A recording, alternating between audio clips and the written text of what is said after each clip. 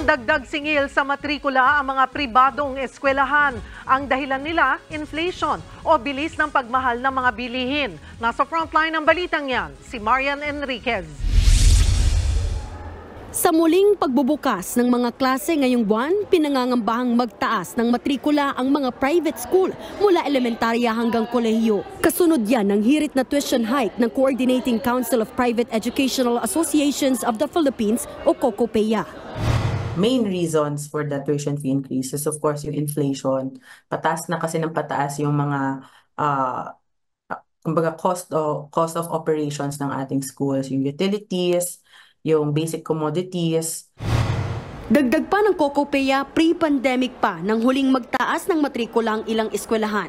Noong kasagsagan ng pandemya, maraming private school ang nagsara dahil hindi na kinaya ang gastusin ng operasyon. Kaya ngayon, gusto nila ng 3 hanggang 12% taas sa tuition sa susunod na school year.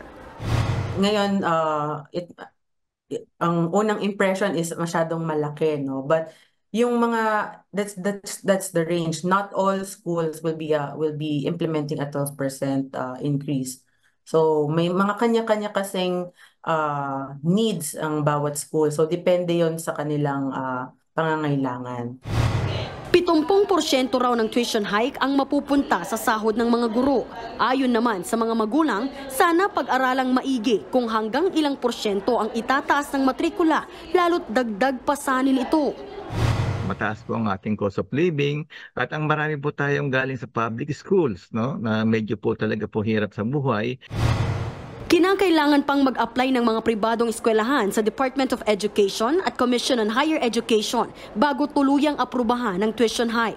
Para naman magbigay ng subsidiya sa mga mag-aaral lalo sa private school, nakasalang ngayon sa ikalawang pagbasa sa Kamara ang panukalang Expanded Government Assistance to Students and Teachers in Private Education o IGASPE. Dapat daw kapag nagtaas ng tuition, tataas din ang kalidad ng edukasyon. Nagbabalita mula sa Frontline, Marian Enriquez, News 5. Mga kapatid, Cheryl Cosim po, huwag maging huli at maging una sa lahat sa balitaan.